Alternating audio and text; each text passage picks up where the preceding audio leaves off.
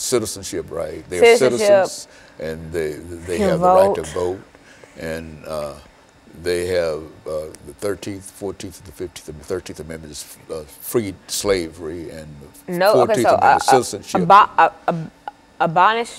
Abolish slavery, gave us the right to vote and the right to citizenship. That's right, and so everybody deserves that. Working around in there and talk about that. Okay. Some of these things that make us all alike, in spite of what religion or what situation we might find ourselves. Okay, so 13 slavery, 14 vote. Yeah, and the 14th citizenship. Okay, 15th so slavery, citizen, vote. Yeah, and put much information on the importance of voting too, because we're in a voting season and whatever, and et cetera. Don't let Donald Trump. Huh? Yeah, okay. You know, just that's what I'm, talk about, the basic constitutional rights that people have. The 13th Amendment black folks had because they were slaves. In the 14th Amendment, they became citizens, and the 15th Amendment allowed them the right to vote. And now, when we talk about voting, this is where it's needed. People like people in your situation. And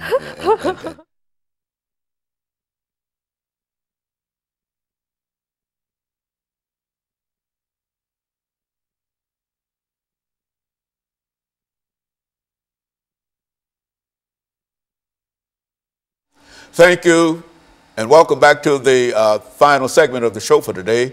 We're talking to Alana McLaughlin, and she's giving us some information in reference to anti-Islamic sentiment in the United States of America. Now, Alana, you've covered quite a bit of information during the first and second segment. Let's give you the opportunity during the final segment to deal with some of the other aspects of this anti-Islamic sentiment.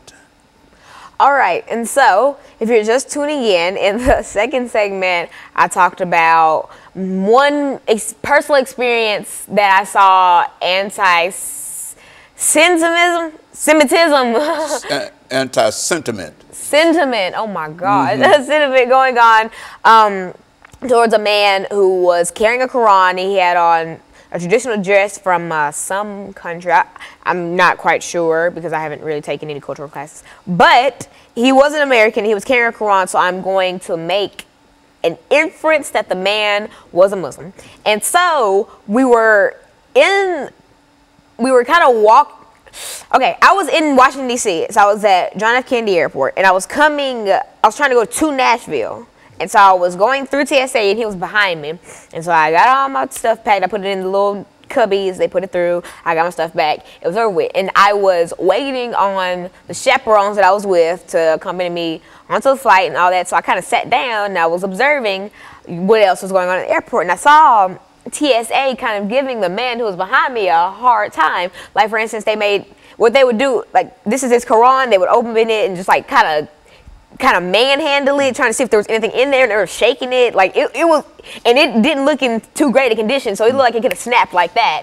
And it was just, they were doing so much extra, and that really just made my blood boil, because at that time there wasn't anything I can do, because I couldn't go up there, because once you go through TSA, I couldn't go straight, because as he was coming through it, I couldn't go through that line, and everything was too busy, so I couldn't really do anything about it except, tell the chaperones I was with, and even they expressed their own disgust about it. And that just really made me think, wow, like that's something that happens so often, but it's never reported on websites and etc. But let that have been any other race getting racially profiled, I promise you it would have been everywhere. If that was me and they were double checking my stuff and asking me stupid stuff like, do I live in Chicago, or do I have a father, and stupid stereotypical things like that, trust me, it would have been on News Channel 5 like that, or on Fox 17. So you find that this is quite prevalent. It's quite prevalent in terms of the denial in a real sense of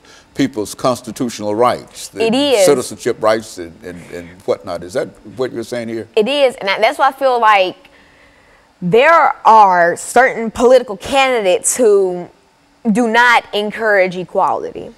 I'm not going to go into name dropping or anything, but there are certain candidates that do not support equality, and I feel like, okay, right now, the two top candidates are Donald Trump and Hillary Clinton, and that's just you just really can't fight that. And I feel like, since I'm not old enough to vote, I'm just watching this unfold, and I'm not making any certain choice because my opinion wouldn't really be taken for anything because I can't vote. But I'm watching this unfold, and I'm listening to both of their speeches and all the things that they promised to do with America. And I'm just sitting here thinking like, wow, one of these candidates really wants an America that's built around him and people who are like him, that 1%.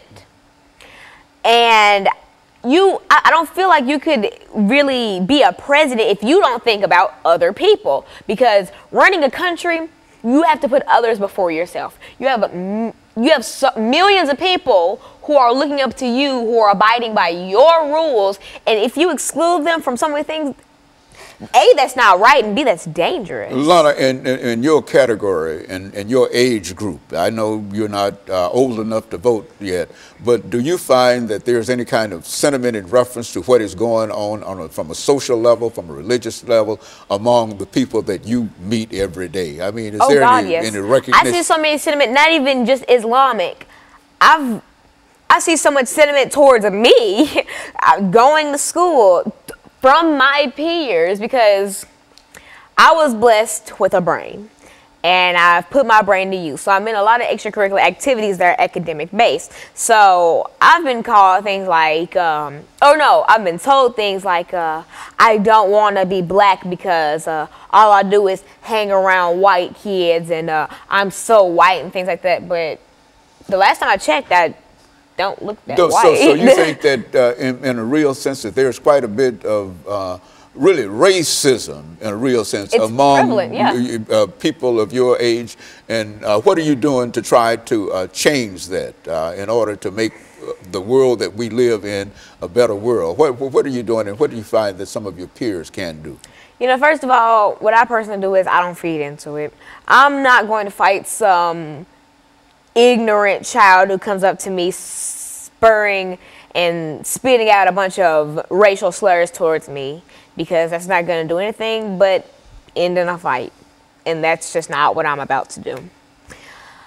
First of all, I'll calmly ask them, why do you feel the way that you feel about that?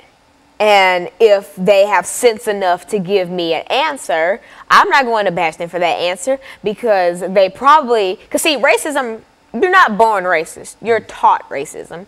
If they're saying all that to me, they probably grew up or in a household or a neighborhood where things like that were just common core.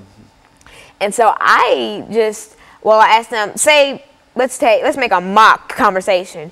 You're so white, all you do is hang around white kids. Well, why do you think that I'm so white? Because all you do is hang around white kids. Well, it's not necessarily my fault. Say if I'm in a homeroom that's basically, in a lot of schools, they choose your classes by test scores.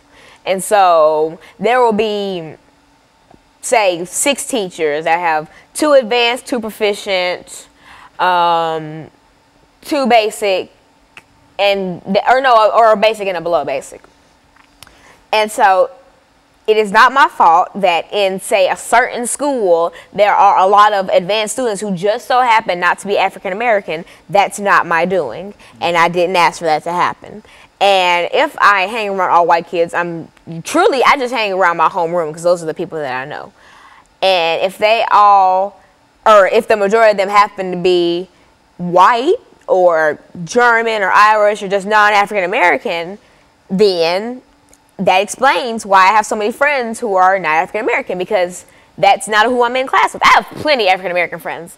I'm in plenty things where I'm with plenty of African American people. Like, for instance, when I went to the Junior National Young Leaders Conference, it was a melting pot full of people. Like, there were so many different races. We even had a girl from Germany come. Like, it was just an awesome thing, and I got to learn about so many different cultures, and it was just so eye-opening. And so, Alana, today what you're saying here is that while there might be anti-sentiment, whether or not only against Islamic and et cetera, that you believe that everybody ought to try to practice not only love, but recognize that each person has the 13th, 14th, and the 15th Amendment rights, and that they ought to be free, and everybody ought to be equal. Is that what we're trying? Is that what you're trying? Speaking of those, the 13th Amendment banned slavery. The 14th gave us citizenship. And the 15th Amendment, people need to go out and vote. That is, it's voting season right now. That is the biggest thing I want to emphasize. If you are strong-willed and you want America